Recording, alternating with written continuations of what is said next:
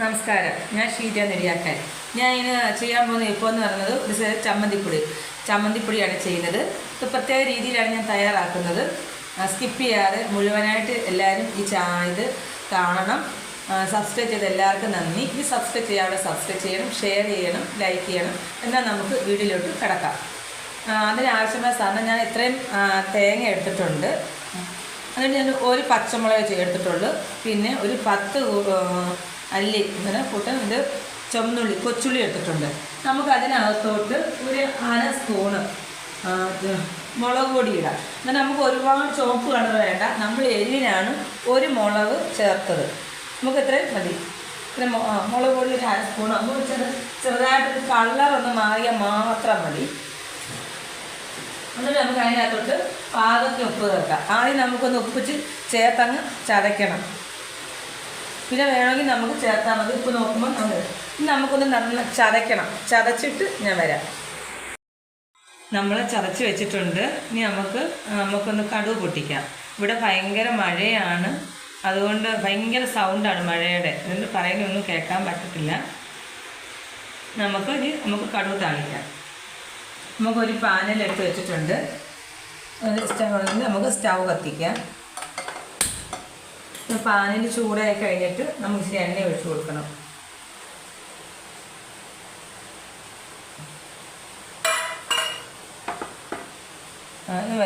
ചെറുതായിട്ടൊന്ന് കടുക് തളിക്കാൻ വേണ്ടിയുള്ള എണ്ണ മതി. കടുക് ഇട്ട് കൊടുക്കാം.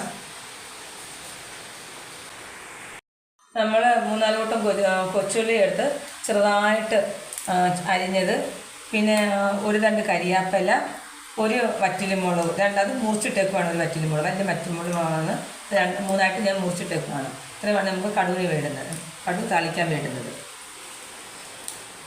നമുക്ക് കടുക് പൊട്ടിയിട്ടുണ്ട്. നമുക്കതിനകത്തോട്ട് ഈ കൊച്ചുള്ളി അങ്ങ് ഇടാം. കൊച്ചുള്ളിയുടെ അതിൻ്റെ ഒരു പച്ച ചേർമാറിയിട്ട് ചെറിയൊരു ബ്രൗൺ കളർ വരണം. ചെറിയൊരു ബ്രൗൺ കളർ വന്നിട്ടുണ്ട്. നമുക്ക് അതിനകത്തോട്ട് ഈ കരിയാപ്പില അങ്ങോട്ട് ഇട്ട് കൊടുക്കാം.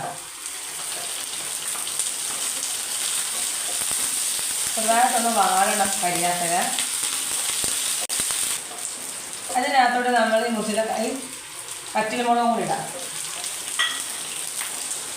അതിനകത്തോട്ട് നമുക്ക് ഈ ചതച്ച് വെച്ച സാധനങ്ങൾ, കൊച്ചുള്ളിയൊക്കെ ഒന്ന് ചതഞ്ഞേ വരാവോ അല്ലേ. കറക്റ്റ് ഒരുപാട് ചതയ്ക്കരുത്. ഒന്ന് ജസ്റ്റ് ഒന്ന് നല്ലൊരു ചതച്ചാൽ മതി. നമുക്ക് അതുകൂടി ഇതിനകത്തോട്ട് ഇട്ട് കൊടുക്കാം.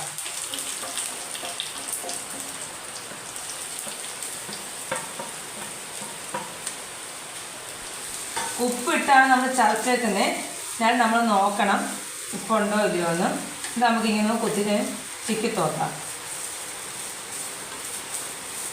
ഈ ചമ്മന്തി കൂടുതൽ ഉപയോഗിക്കുന്നത് അപ്പത്തിനും വെള്ളയപ്പത്തിനും പാലപ്പത്തിനുമാണ് കൂടുതൽ ഈ ചമ്മന്തി. ചോറിൻ്റെ കൂടെ നല്ല ടേസ്റ്റാണ്. ചോറിൻ്റെ കഴിക്കാനും ഈ ചമ്മന്തി നല്ലതാണ്. കൂടുതലും വെള്ളയപ്പത്തിനും പാലപ്പത്തിനുമാണ് ഈ ചമ്മന്തി കൊടുക്കുന്നത്. നമുക്ക് പെട്ടെന്ന് ഉണ്ടാക്കാൻ പറ്റുന്നൊരു വിഭവമാണ് ഈ ചമ്മന്തി. പൊതിച്ചോറിന് നല്ലതാണ് ഇത് കിട്ടുന്നത്. കടുക് പൊട്ടിച്ചുള്ള ചമ്മന്തി. നമുക്ക് ഇനി ഉപ്പ് പാകത്തിനുണ്ടോ നോക്കാം.